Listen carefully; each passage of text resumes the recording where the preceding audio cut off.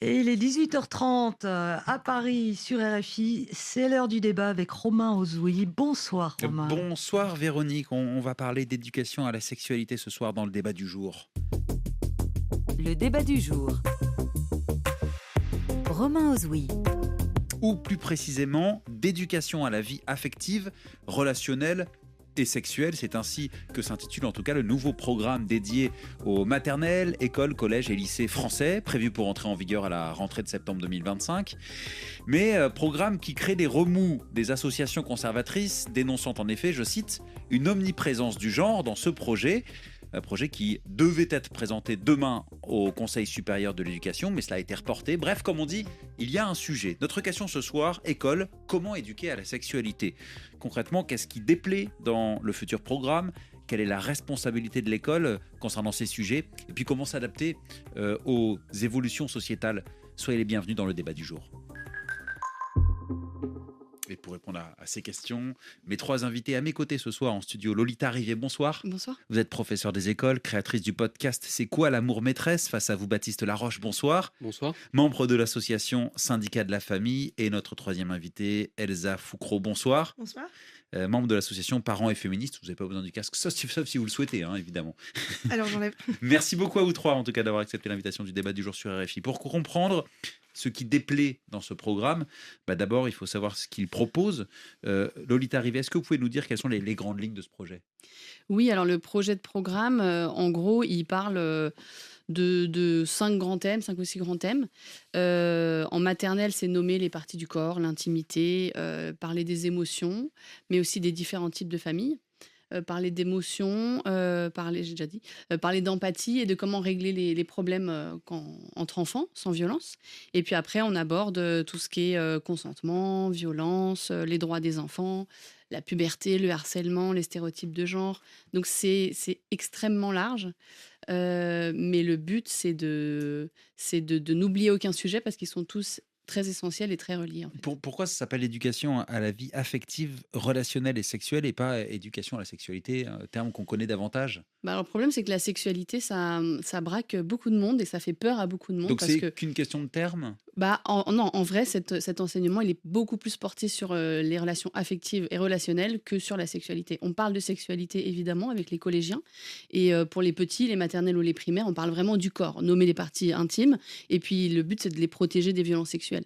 Donc, on a voulu mettre les termes les plus justes, donc l'affectivité et les relations, parce qu'en vrai, c'est ça le fond de l'enseignement. La sexualité, c'est une part assez réduite, finalement. Et la sexualité, elle apparaît à partir seulement du collège, hein ? Oui. Ça Pas, part- enfin, les cours la qui sexualité. concernent la maternelle et le primaire, il n'est pas question de sexualité ? Alors non, pas du tout de sexualité adulte. Mm. Par contre, on dit aux enfants qu'ils ont une vulve et un pénis. Mm. Et c'est hyper important de pouvoir nommer les parties de son corps pour comprendre comment son corps est fait, mais aussi pour pouvoir se protéger et pour savoir quoi faire si jamais on subit des violences qui portent sur les parties sexuelles. Mm. Donc ça fait partie de la sexualité. Et puis on a aussi tout ce qui est stimulation des parties génitales. Et on sait qu'en maternelle, par exemple, les enfants, ils découvrent leur corps, ils touchent leurs parties intimes, ils trouvent que ça fait des sensations super. Donc le but, c'est quand même d'en parler aux enfants, de leur dire que c'est génial, que c'est de découvrir leur corps, c'est super, mais que c'est de l'intimité, que ça doit être fait chez eux, dans leur lit, dans leur chambre, Ouais. dans leur douche, mais pas devant les autres. Et surtout que personne d'autre n'a le droit de le faire à part eux. Mm. Donc, les émotions, la considération du corps en maternelle, la connaissance davantage scientifique en primaire, et puis les questions de sexualité au collège. Mais c'est très intéressant. Baptiste Laroche, pourquoi est-ce que vous êtes opposé à ce projet ? C'est sûr que dit comme ça, tout est beau, tout est magnifique. Et je pense que si on est encore ce soir à en débattre, alors qu'il y a une crise politique, alors que ça fait des semaines qu'on en parle, c'est que ce projet de programme va un peu plus loin. Et il va plus loin notamment parce que c'est une vision politique de la sexualité, avec l'omniprésence de la question du genre. Dès le plus jeune âge, effectivement, très jeune, on ne parle pas spécialement de sexualité dans ce programme. Et nous, on est absolument contre de parler de la sexualité à 3 ans, à 4 ans. Mais par exemple, quand on parle du consentement, quand on définit les organes, forcément, à un moment ou à un autre, on est obligé de parler de sexualité. Vous voyez, ce qu'on peut consentir ou ne pas consentir, ce sont des notions importantes, bien sûr. Et nous, on est pour un projet de programme qui fasse de la prévention, qui protège les enfants, qui leur explique ce qui est possible, ce qui n'est pas possible. Vous voyez, nous, on n'est pas dogmatique, on n'est pas contre le fait de ne rien aborder. Simplement, à un moment ou à un autre, on est obligé de parler de la sexualité. Et à cet âge, à 4 ans, à 3 ans, à 10 ans, les enfants se construisent, pardon, et donc il ne faut pas parler de sexualité de manière abrupte, comme c'est le cas dans ce programme, premièrement. Et deuxièmement, la question...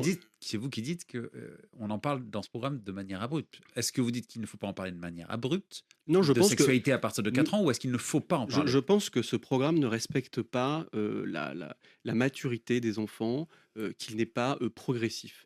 Je reviens sur la question du genre. La ministre avait dit qu'il n'y avait pas de genre dans ce programme, et puis après elle a dit qu'elle a supprimé le terme, enfin le genre, donc ça montre Elle a bien dit la qu'il théorie du genre n'a pas sa place à l'école, et qu'il a pu effectivement, réapparaître. Sauf que en réalité, quand je dis que ce programme c'est une vision politique, c'est que partout, on cherche à déconstruire. On cherche à déconstruire tous les stéréotypes. On cherche à montrer que l'homme est toujours violent vis-à-vis de la femme.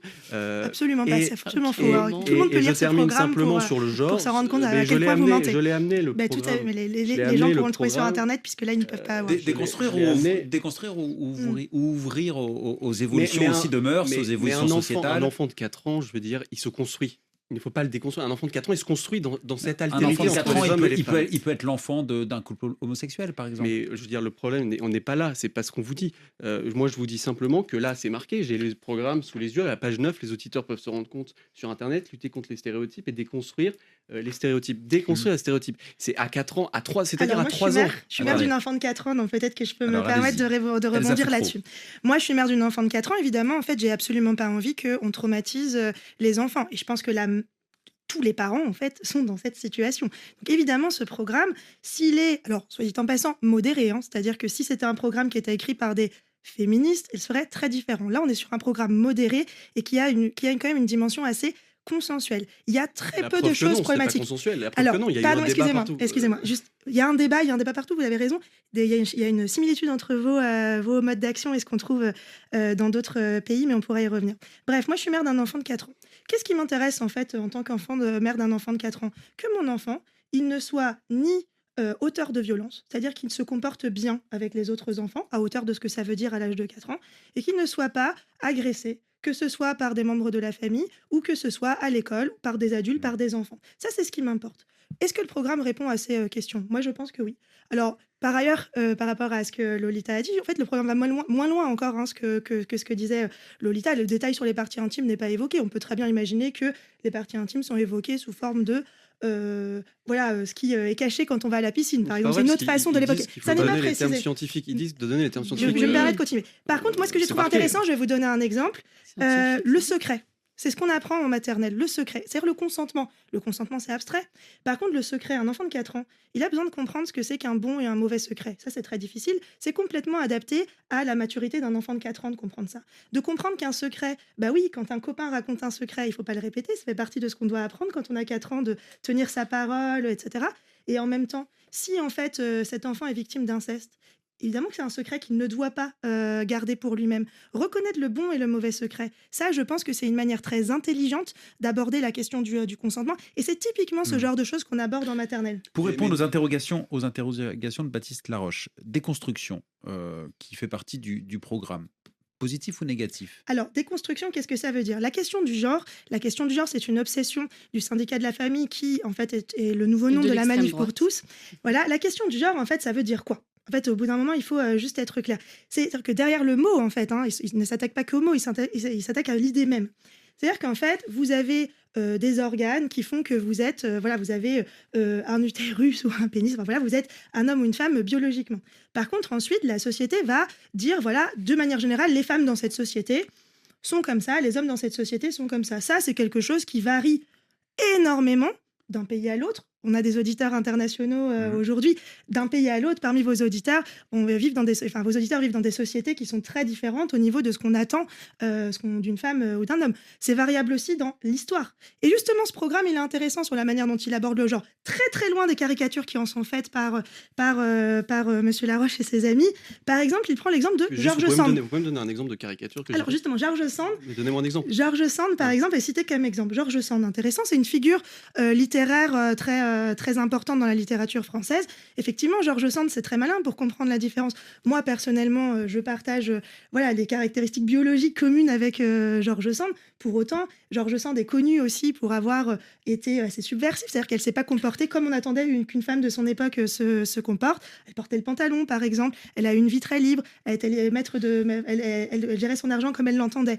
Elle a été subversive vis-à-vis des normes de genre qui étaient celles de son époque. Moi, je trouve ça très intelligent de s'appuyer sur les programmes existants. C'est une figure consensuelle et on déconstruit à partir de ça. C'est simplement dire, voilà, ce n'est pas en fonction de vos caractéristiques biologiques que vous devez en fait absolument avoir telle vie, tel rôle social. Je vais vous donner la parole, Lolita Rivet, mais je voudrais vous entendre Baptiste Laroche rien de plus. concernant justement le genre. Le terme identité de genre que vous dénoncez et qui revenait plusieurs fois dans la première version du programme qu'on évoque ce soir ne figurera pas, a annoncé la ministre de l'Éducation nationale, Anne Genetet, dans la version définitive. Ça, c'est une chose. Et là, ma question, c'est qu'est-ce qui vous gêne au-delà du fait que de toute façon ce mot genre ne figurera pas, donc je trouve on peut enlever. C'est pas du tout décidé. On peut enlever. C'est pas du tout acté. C'est pas bon. En l'occurrence, elle s'est engagée à cela, donc on peut enlever. Oui, mais pourquoi est-ce que vous reprochez ça aujourd'hui Et qu'est-ce qui vous gêne aujourd'hui? Elle est ministre démissionnaire. Qu'est-ce qui vous gêne aujourd'hui dans cette question du genre? Non, mais on peut enlever le mot genre, si vous voulez. On peut enlever le mot genre, le faire disparaître, mais on peut garder l'idée principale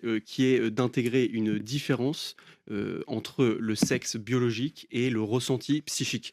Et ça, c'est problématique. Parce que justement, un enfant... C'est-à-dire, vous pensez à quoi? Eh ben, ce qu'est l'identité de genre. L'identité de genre, c'est pas la manière d'être homme ou la manière d'être femme. C'est pas ça. Si, mais non.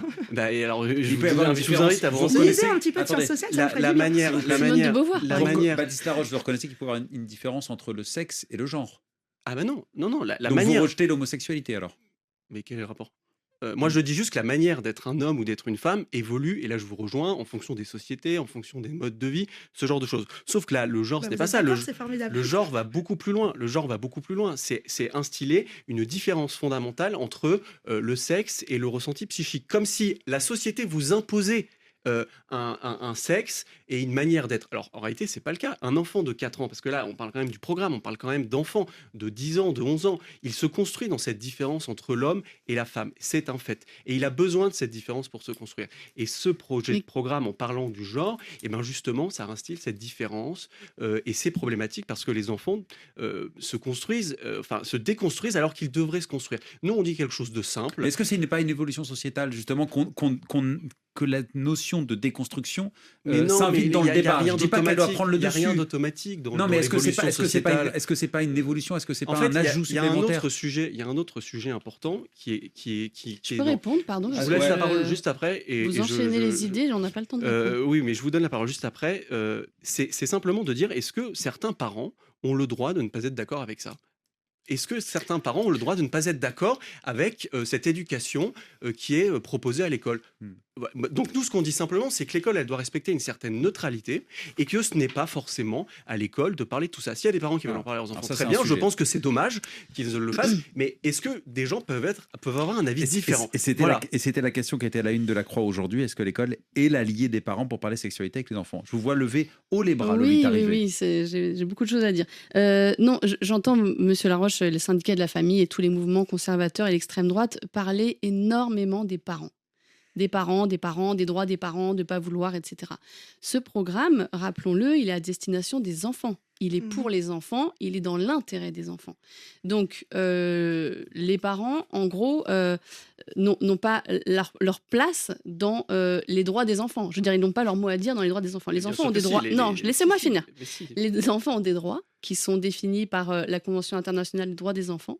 Et donc, parmi ces droits, il y a celui d'être informés de leurs droits, justement. D'être informés qu'ils ne peuvent pas subir de violence dans leur famille, que s'ils subissent des violences sexuelles, c'est pas de leur faute, qu'ils doivent être respectés dans leur genre, dans leur orientation sexuelle. Ça, ce sont des droits. Et donc, on sait très bien qu'il y a énormément de familles qui vont, par exemple, rejeter leur enfant parce qu'il n'est pas hétérosexuel ou qu'il n'est pas cisgenre, à savoir que son genre diffère de son sexe biologique ou bien qu'il est homosexuel. À quel moment on va demander à ces familles-là, est-ce que vous êtes d'accord pour qu'on parle d'homosexualité à votre enfant ou qu'on valide le fait qu'il soit homosexuel? Non, les parents n'ont pas à donner leur avis sur le fait que les enfants ont le droit de grandir comme ils sont et d'être et qu'on parle d'eux. Ça, c'est très important parce que ces gens-là disent beaucoup, bien sûr, tout le monde peut être homosexuel, vous faites ce que vous voulez, mais on n'en parle pas. Sauf que ces enfants, ils ont besoin qu'on parle d'eux.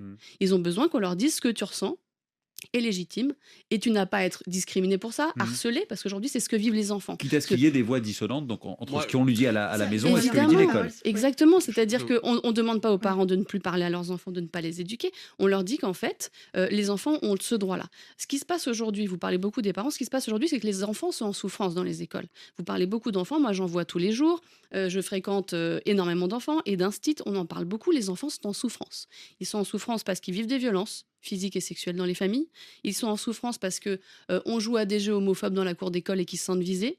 Ils sont en souffrance parce que quand ils se sentent pas bien dans leur genre, eh ben ils sont discriminés, ils sont rejetés, ils sont exclus et personne ne les défend. C'est ça qui se passe aujourd'hui et c'est ce à quoi ce programme veut répondre. Alors l'homophobie, effectivement, dans les écoles, si tu bouges, t'es gay, c'est un jeu à la mode dans J'ai vu les écoles. ce matin dans France Info ou France Inter. Simplement, je voudrais juste poser une question, Bastien Roche. Est-ce que vous pensez qu'il ne doit pas y avoir de cours d'éducation à la sexualité, Non, à la vie affective, relationnelle, à l'école? C'est pas du tout ce qu'on dit. Déjà, il faut savoir qu'il y a quand même aujourd'hui des cours en SVT où on apprend la biologie. C'est obligatoire depuis 2001. 20% des enfants. Non, mais il faut quand Mais même c'est pas non, appliqué. c'est pareil, c'est dans le programme et c'est dans les manuels. La biologie, C'est dans les manuels. Simplement, ce que je veux vous dire, c'est que il faut bien sûr faire un programme de vie affective qui parle de la protection des enfants, comme vous dites, qui parle de la lutte contre la pornographie, qui est un vrai sujet. C'est dans le programme. Là, oui, mais on peut toujours en faire plus parce que la majorité des violences qui sont dues à l'école sont faites du fantasme que les enfants ont avec la pornographie. Mais c'est dans le programme à partir du CM. Deuxièmement, mais vous savez, c'est vous qui pensez qu'on est des monstres certainement très méchants. En réalité, ce que vous dites en répétition est tout à fait différent de ce que vous dites aujourd'hui. Je termine juste sur un point sur les jeux homophobes dans la cour, ce genre de choses. En fait, ça s'appelle l'éducation et apprendre aux enfants le respect des autres, de manière générale. Et l'école, c'est les premiers éducateurs, ça reste aujourd'hui les parents. Voilà. Oui, il y a certaines familles qui sont violentes, mais toutes les familles ne sont pas violentes. Et on ne peut pas mettre dans la tête de chaque enfant que leurs parents sont potentiellement des violents. C'est pas ce qu'a dit Lolita Arrivé. Mais je ne dis pas qu'elle a dit qu'il y avait une complémentarité nécessaire entre je ne dis pas qu'elle l'a dit. Je dis juste que dans ce programme, on instille dans la tête des enfants que beaucoup de leurs proches peuvent être des futurs agresseurs. Qu'est-ce qui vous fait dire ça? Mais le programme, et Lolita le disait est-ce que vous pouvez donner un exemple? On a débattu ensemble il n'y a pas longtemps sur France Info, et Madame disait qu'il y avait effectivement les chiffres que je n'ai plus en tête sur les violences dans les familles. 160 000 sont importants. Victimes d'inceste et de violences sexuelles chaque année. Il faut aussi responsabiliser les parents. Les parents doivent parler d'éducation sexuelle, de vie affective, et ce n'est pas qu'à l'école. Voilà, tout simplement. Nous, on dit des choses très simples. C'est pas ce qui a été dit. On n'a pas dit Est-ce qu'on peut recadrer le débat? Elsa Foucault. On rappelle que depuis 2001, il doit y avoir des cours d'éducation à la sexualité au sens large à l'école. Seulement 15% des élèves à l'école et au lycée en bénéficient, moins de 20% au collège. Pourquoi ? Ça, c'est vraiment juste l'enjeu principal du programme. Alors, pour notamment, en fait, donc il y a cette loi en 2001, elle n'était pas suffisamment appliquée. En 2014, vous avez des initiatives du ministère de l'Éducation nationale qui visaient, alors sous forme d'expérimentation, c'était même pas à l'ensemble du territoire, voilà, à mettre en place un programme. Ce programme, ça s'appelait les ABCD de l'égalité. Les mêmes réseaux que ceux défendus par Monsieur Laroche se sont opposés massivement à ce programme qui a dû être retiré.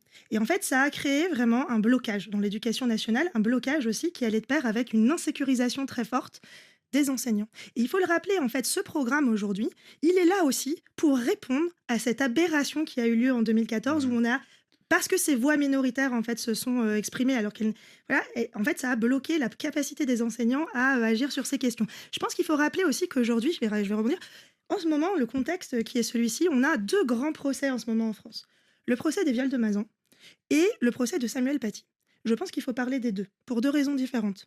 Samuel Paty, excusez-moi, mais les professeurs ont besoin d'être protégés, d'avoir un cadre sécurisant contre les obscurantismes. Et ça, je pense qu'il faut le dire, les obscurantismes notamment, proches de l'extrême droite et proches de la... Attendez, là, c'est quand même un procès d'intention très grave. Si vous êtes en train de nous comparer à ceux qui ont tué Samuel Paty, c'est quand même très grave. Je ne sais pas ce que j'ai dit et je pense que tous les auditeurs...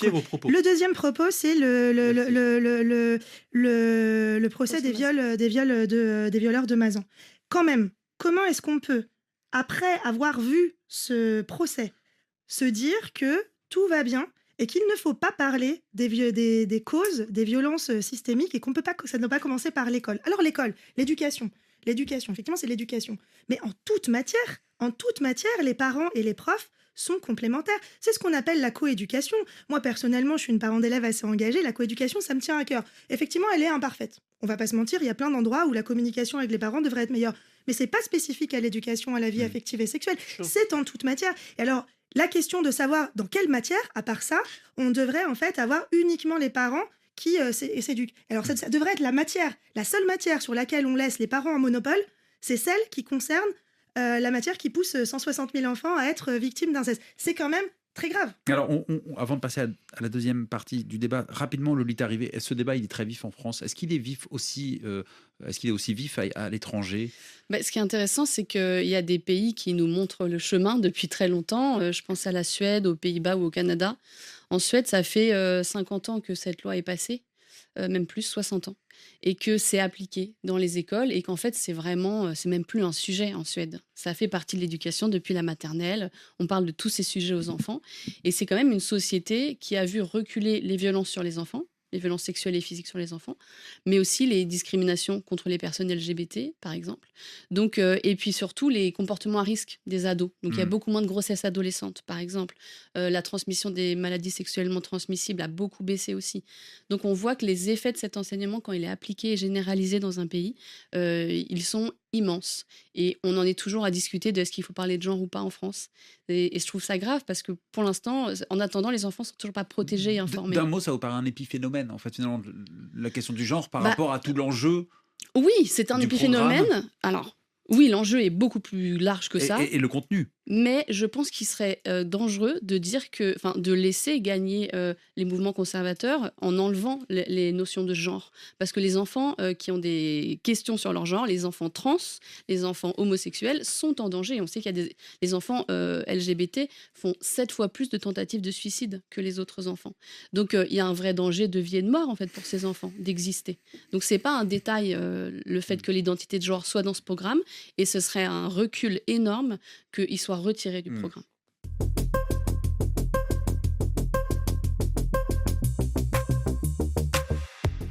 École, comment éduquer à la sexualité, la question qu'on pose ce soir, alors qu'un nouveau programme est dédié aux maternelles, aux écoles, aux collèges et aux lycées est actuellement en cours d'écriture. Il doit être présenté, il doit entrer en vigueur à la rentrée de septembre 2025, mais il crée, et on l'entend, pas mal de remous. Mes trois invités, Lolita Arrivé, que l'on entendait, professeure des écoles, créatrice du podcast C'est quoi l'amour maîtresse, Elsa Foucreau, membre de l'association Parents et Féministes, et Baptiste Laroche, membre de l'association Syndicat de la famille. Baptiste Laroche, il y a eu plusieurs accusations de la part des autres invités de politique, comme quoi effectivement le combat que vous portez contre justement l'omniprésence du genre que vous dénoncez dans ce programme est politique, tenu par la droite, par l'extrême droite, les milieux conservateurs. Vous avez cité Lolita Arrivé il y a quelques instants, et effectivement il y a un parti politique qui est très fort dans ce combat. On peut citer les Parents vigilants, d'obédience zémouriste, Éric Zemmour, la Manif pour tous. Est-ce que ça ne dessert pas la cause, ou est-ce qu'il y a un parti pris politique droite, extrême droite, assumée dans ce combat? Écoutez, moi je suis pas là pour parler d'Éric Zemmour, je ne sais quoi. Je veux dire, si ces dames aiment mettre les gens dans des cases, non, je vous pose la question. Et voilà, mettre des tampons sur les gens, très bien, grand bien leur face. Mais bon, pour des gens déconstruits, il y a quand même beaucoup de stéréotypes, parce que nous, encore une fois, nous ne sommes pas contre un projet de programme. Nous sommes simplement... je vous demande juste si vous assumez la couleur politique. On dit simplement, est-ce qu'il vous avez les mêmes combats. Des gens de gauche dans votre organisation?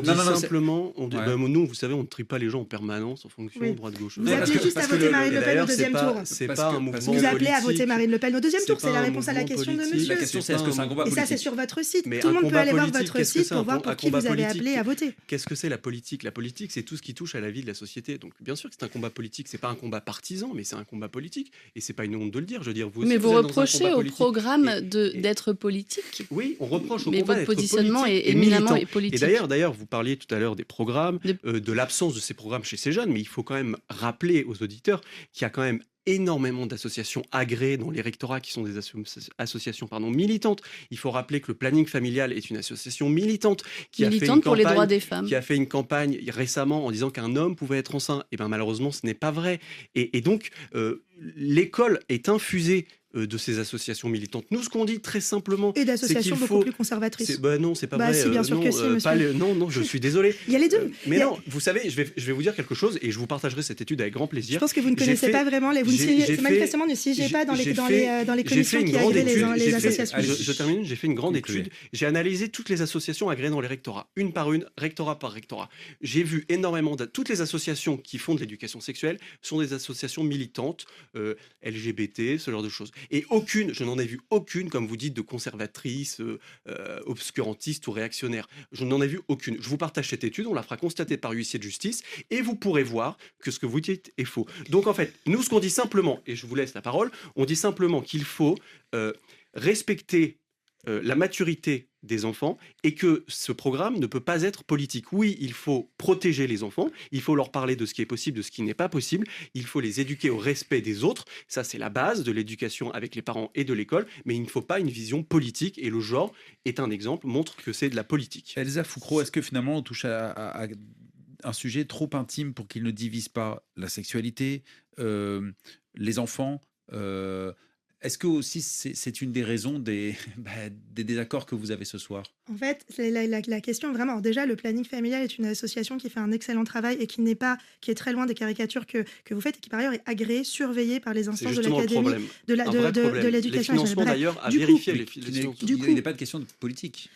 Du coup, C'est-à-dire juste sur l'aspect, si je peux me permettre, sur l'aspect politique, il y a une différence. C'est-à-dire qu'il y a des associations effectivement de gauche, féministes de gauche, qui défendent ce programme. Mais elles ne sont pas seules.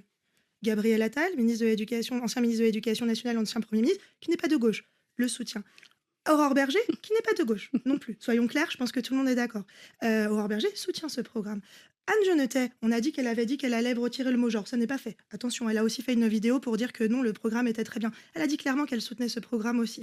Donc en fait, vous avez quand même beaucoup de personnes, y compris à droite, y compris au centre, y compris à gauche, en fait sur tout l'arc politique, sauf l'extrême droite, qui sont favorables à ce programme. Ça, je pense qu'il faut le dire. Et la Manif pour tous, qui est renommée en syndicat de la famille, la Manif pour tous, allez voir leur programme, allez regarder leur site. Ils sont seuls. Vous avez les parents vigilants, proches d'Éric Zemmour. Vous avez le syndicat de la famille. Qu'ont-ils fait aux dernières élections législatives?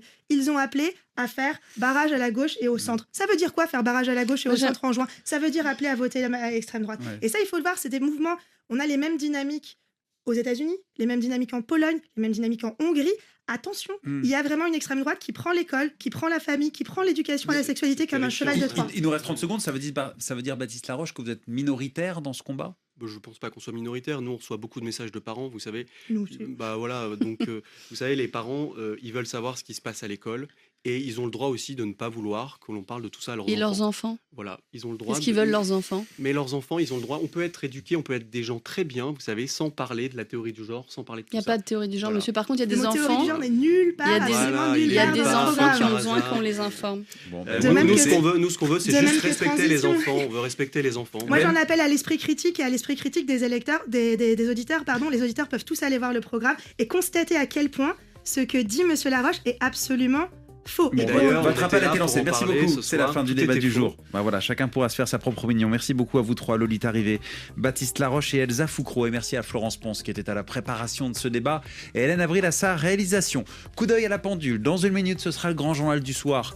On va faire un dossier sur la politique des pays du Golfe avec la nouvelle Syrie. Et puis juste après, ce sera la première édition d'Afrique Soir. Bonsoir Zéphirin Quadio. Bonsoir Romain, bonsoir à toutes et à tous. Allez, on jette un coup d'œil au programme ce soir avec à la une le discours à la nation du président Félix Tshisekedi en RDC. Un RDC, premier discours devant les deux chambres réunies en congrès depuis sa réélection en décembre 2023 pour un deuxième mandat. Discours aux allures de bilan de l'année 2024. La Cour d'appel de Paris confirme le non-lieu rendu en octobre dernier dans l'enquête sur l'armée française à Bicécero au Rwanda. La Cour rejette les accusations de complicité de génocide visant l'armée française et son éventuelle inaction lors des massacres de Bicécero. C'était en 1994. Et puis un retour sur les les inondations à Uvira, dans l'est de la RDC. C'était en avril dernier. Absolument. La montée des eaux du lac Tanganyika a englouti des milliers de maisons. Depuis, le lac n'a pas retrouvé son niveau initial. Un expert du Centre de recherche en hydrobiologie d'Uvira nous expliquera pourquoi. Eh bien, merci Zéphirin. On vous retrouve dans 30 minutes sur Radio France Internationale.